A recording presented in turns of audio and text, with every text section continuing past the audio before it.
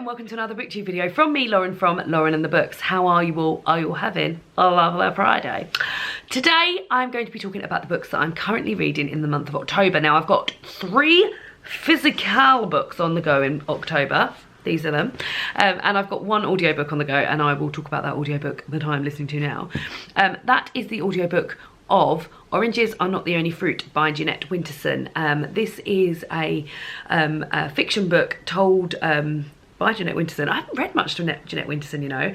I've read her, I've attempted on 2 occasions to read her Christmas, I think it's called Christmas Days. It's a selection of short stories and little sort of like like recipes and bits that you're supposed to read. Well, sometimes I believe you're supposed to read it on the run up to Christmas. Sometimes I believe you're supposed to read it on the after Christmas.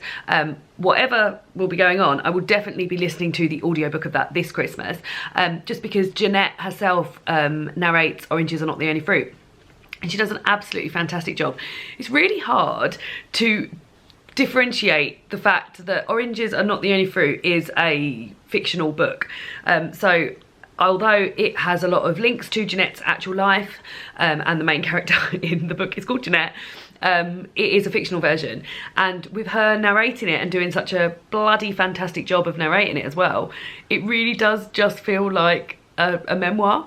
Now, oddly, I'm also planning on at some point this week, and I should, this month, I should have it with me, reading Jeanette Winterson's memoir, which is called Why Be Happy When You Could Be Normal, which apparently links in quite strongly with Oranges Are Not the Only Fruit. Now I'm really enjoying the narration of it. I think I'm enjoying it more because of the audiobook and the fact that it's narrated by Jeanette herself.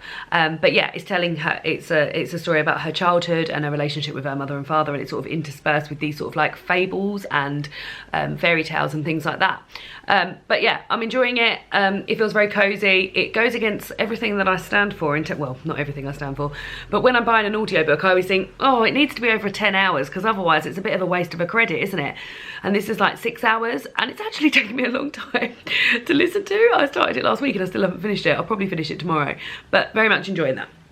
Now, the 3 actual books that I'm reading, I will show you now. The first one is The Red Ribbon by Lucy Adlington. Now, I'm probably going to get this finished, if not today, then definitely by the weekend. This is a YA book which follows Ella, who is in Birchwood, which is, in reality, Auschwitz. Ella is 14, and previous to this, prior to her being in Birchwood, she lived with her grandparents, and her grandmother was a master at making dresses and things like that, and that is what Ella is doing at Birchwood. She's managed to get herself a job, and I use that term loosely because she's obviously not paid for her labour. They're treated like shit, and it is shocking and delivered in a really shocking but I hate to even use the word accessible because I don't even, like, this shouldn't be need to made accessible. Like, the things that happened were fucking awful, and yeah, but it's delivered in a really shocking way, but in a really measured way, because it is a YA book, so it needs to be, no one needs to be sort of sheltered from what happened, but there's a way of telling the story, and this is doing a fantastic job. It's told through each chapter is told from a different colour, and it will be talking about, so for example, yellow, and it will link to something that's happening in that chapter at the time. So for example, in yellow, she's making a yellow dress for one of the commander's wives. Yeah, it's, oh god, there's moments in it where like I am literally on the brink of crying. It is really, really moving, and I know that the ending's going to be super duper sad as well. So, but would very much recommend this. I find it, here, I feel like this is the title that they've got on the front, which comes from the author of The Tattooist of Auschwitz, which they've said here, if you like The Tattooist of Auschwitz, you'd like this. Also, Boy in the Striped Pyjamas, I think that's another one that they link with this, but it says here, captivates, inspires, and ultimately enriches, and I could not agree with that more. So yeah, very much valuable book. The next one is a reread of mine. I think this is either the third or the fourth time I've reread it. I seem to read it normally I read it in non-fiction November, but I've edged it forward a little bit this year. And that's Names for the Sea, Strangers in Iceland by Sarah Moss. Oh, it's very, very light cover and my lights don't really show it. Sarah Moss is the author of The Tidal Zone. She's also written Ghost Wall that I've read this year. And this is a non-fiction account of her and her family uprooting from Canterbury, which is where I went to university, and moving to Iceland in Reykjavik. She's got 2 young sons and a husband, and they moved there. And yeah, I mean, Sarah Moss's writing is fantastic anyway, which I really, really love to read her fiction. So to have that translated into sort of a travel memoir about an area of the world that I'm very interested in, well, it's just a dream come true. And every time I read this, I just enjoy it more and more. I mean, I could just literally pick anywhere in this book and it will sound beautiful, but they're talking about, and forgive my pronunciation of some of these places because it is shocking, but her and her husband and the 2 kids have just gone to Heimaey, which is a small island off a 20-minute flight from Reykjavik, and they've arrived and there's no one around, and they've got a hotel booked and there's no one there. But I'll read you this next bit because she's just amazing, and this just goes to show I could literally pick anything.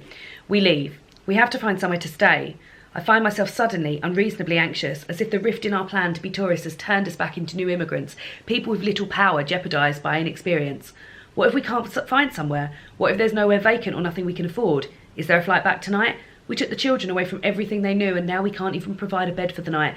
And although it's August, it's too cold to be out at night, too cold for the children, and probably even the airport closes after the last flight of the day.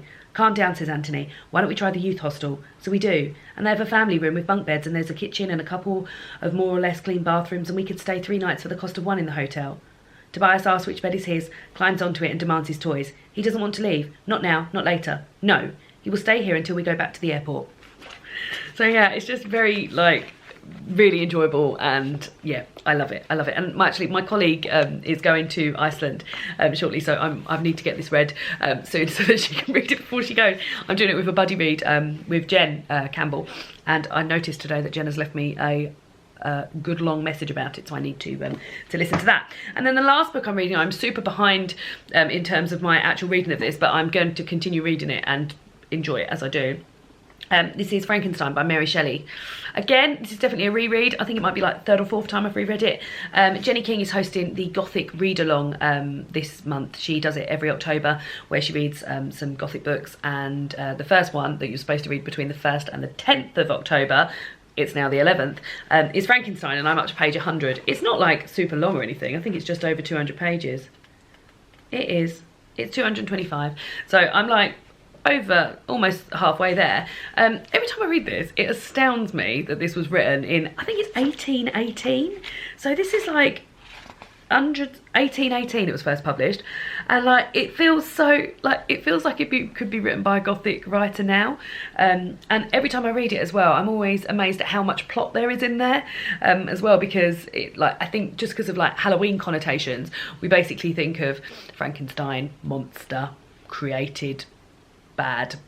But there's a lot of like layers, and there's a lot of characters. And one thing I'm not mad on, and I know this appears a lot in sort of like the classics, is that it starts off as letters, like, and like it's someone else's story. It's never, you never hear, like, you never get straight to the bones of it. It reminds me of Wuthering Heights as well, where you hear like the story told through someone else. Like, I just like the story. Like, I could do without the letters and the fluff at the beginning, because I just like the story. Also, this edition is amazing. It's a Penguin cloth bound classic, and it's got like all these anatomical hearts on it.